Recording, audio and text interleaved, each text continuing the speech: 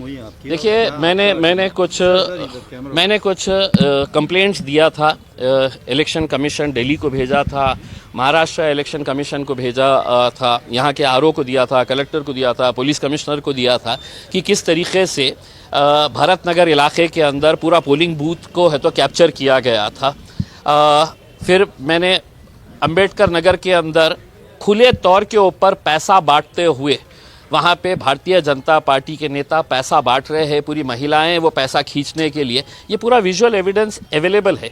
मैंने हर एक को मेरी तकरार के साथ है तो एक सीडी दिया था और उसमें पूरे ये वीडियोस थे। उसके बाद उन्होंने 3 लोगों की कमेटी बनाई है। वो 3 लोगों की कमेटी आज जिला परिषद के सीईओ विकास मीना साहब की अध्यक्षता के अंदर यहाँ पर उसकी पहली हियरिंग थी और जो हमारे विरोधी जो जीत कर आए हैं उनके भी वकील यहाँ पर आए थे और उन्होंने ये मांगनी की है कि हमने क्या क्या शिकायत किए हैं उसकी कॉपीज़ हमें दे।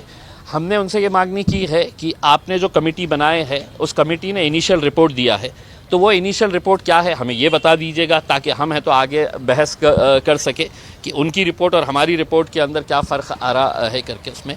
तो अब इनिशियल ये था, उन्होंने नेक्स्ट डेट जो है वो 5 तारीख की दिए है, बुधवार के दिन। तो उस दिन है तो हमारे पास पूरे कॉपीज़ आ जाते हैं, तो फिर आगे क्या होता है देखिए। ईवीएम का जो मामला चल रहा है, देखिए मेरा ये कहना है कि लोकशाही के अंदर लोगों को जो चाहिए होता है वो देना चाहिए करके, लेकिन भारतीय जनता पार्टी को अगर ऐसा लगता है कि हमारा काम जो है सिर्फ ईवीएम से बनने वाला है, तो मेरा ये कहना है एक इलेक्शन उठा के फेंक दीजिए ना ईवीएम को। देश को आज़ाद हुए, देश को स्वतंत्र हुए 76 साल हो गए हैं। इससे पहले हम बैलेट पेपर के ऊपर ही इलेक्शन कराते थे। अब देश के लोगों के अंदर अगर शंका है कि ये मशीन के अंदर टेम्परिंग होती है, ये मशीन के अंदर कुछ भी हेरफार हो सकता है, तो लोगों का विश्वास जगाने के लिए आप एक इलेक्शन फेंक दीजिएगा ईवीएम मशीन को और बैलेट पेपर के ऊपर करवा दे। तब मोदी जी को समझ में आ जाएगा कि अपनी ताकत क्या है करके। लेकिन ज़बरदस्ती लोगों के ऊपर ये करना कि नहीं हम आपको इलेक्शन ईवीएम मशीन के ऊपर ही करना पड़ेगा, तो कहीं ना कहीं आपका इंटरेस्ट उसके अंदर नज़र आता है। तो महाराष्ट्र में महाविकास आघाड़ी जो है ईवीएम के खिलाफ खड़े होने वाले एमआईएम पार्टी जाने। देखिए हम जनता की आवाज़ के साथ है, सिर्फ महाविकास आघाड़ी की बात क्यों कर रहे हैं इसके अंदर।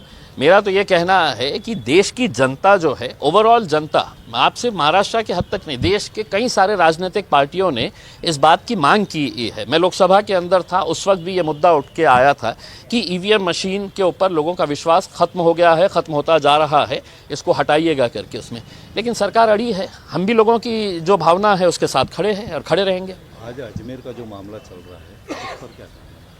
देखिए ईवीएम के ज़रिए अपनी सरकार बनाने वाली भारतीय जनता पार्टी जब ये देख रही थी कि पूरे टेलीविज़न चैनल्स के ऊपर सिर्फ बेईमानी के ज़रिए जीता गया महाराष्ट्र का इलेक्शन की खबरें चल रही है, तो उस खबरों को डाइवर्ट करने के लिए उन्हें ख्वाजा गरीब नवाज़ की मदद लेना पड़ा और उन्होंने अजमेर शरीफ का मुद्दा बीच में लेके आए। अब पूरे मीडिया वाले जो है वो बेईमानी की खबरों को हटाकर अब किस तरीके से अजमेर शरीफ के अंदर सर्वे किया जा रहा है, पूरा मीडिया जो है उसी के ऊपर लगा हुआ है।